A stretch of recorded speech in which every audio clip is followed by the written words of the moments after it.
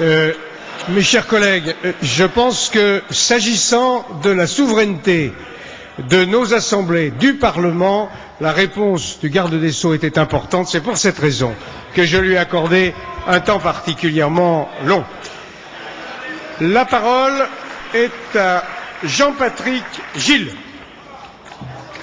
Merci, Monsieur le Président. Madame la secrétaire d'État chargée de la famille et de la solidarité, les professionnels de la petite enfance sont mobilisés contre votre politique et on les comprend.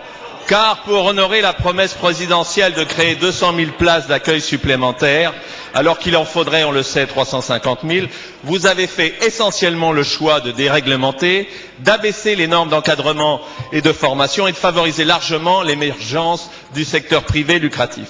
Votre stratégie est claire, faire primer la quantité sur la qualité, considérer l'accueil de la petite enfance comme un service à la personne comme un autre.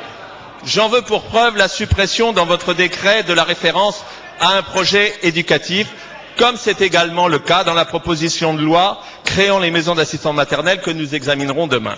Si elle est adoptée en l'état, elle donnera la possibilité à 4 assistants maternels de se regrouper sur un même lieu pour accueillir jusqu'à 16 enfants et autorisera la délégation d'accueil d'une assistante à l'autre, ce qui n'ira pas sans poser des questions de responsabilité.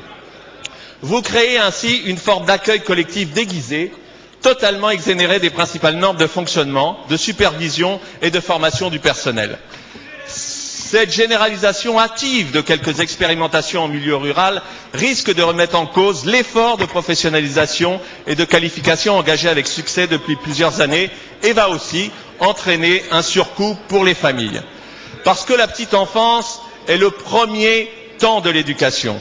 Il faut au contraire soutenir l'effort de formation des assistantes maternelles et investir massivement dans l'accueil collectif des 0-3 ans et notamment sous la forme d'un service public local de la petite enfance. C'est pourquoi, Madame la Ministre, avec les professionnels, mais aussi de nombreux élus locaux, nous vous demandons de revoir votre copie et de reprendre le chemin de la concertation. La parole est à Madame le secrétaire d'État chargé de la famille et de la solidarité. Merci Monsieur le Président, Mesdames et Messieurs les députés, Monsieur le député Gille. Ce matin, j'étais à Orléans, chez votre confrère Serge Grouard, dans le département du Loiret, ville exemplaire, département exemplaire en matière de développement des modes de garde de la petite enfance et en même temps toutes ces initiatives qui rendent service aux familles. Parce que j'en ai profité pour dresser déjà un premier bilan de la politique du gouvernement s'agissant du développement des modes de garde.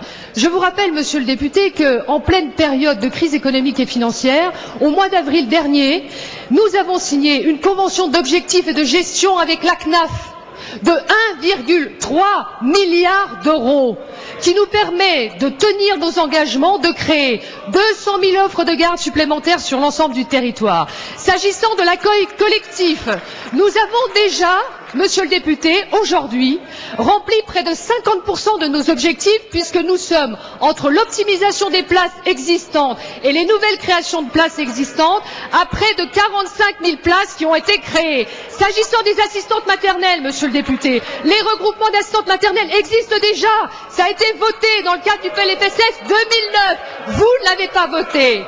Nous avons permis aussi aux assistantes maternelles de pouvoir avoir 4 agréments, alors qu'elles ne pouvaient en avoir que 3. Nous avons permis une prime à l'installation de 300 à 500 euros dans les secteurs déficitaires. Nous avons voté, cette majorité a voté, dans le cadre du PLFSS 2010, un prêt à taux zéro pour les assistantes maternelles afin qu'elles puissent s'installer pour un plafond de 10 000 euros. Donc nous souhaitons apporter aux familles des modes de garde diversifiés sur l'ensemble du territoire, avec également des accompagnements en horaires atypiques, et nous sommes en train de tenir l'ensemble de nos engagements parce que le tableau de bord de la CNAF nous le démontre. Désolé de vous décevoir, monsieur le député.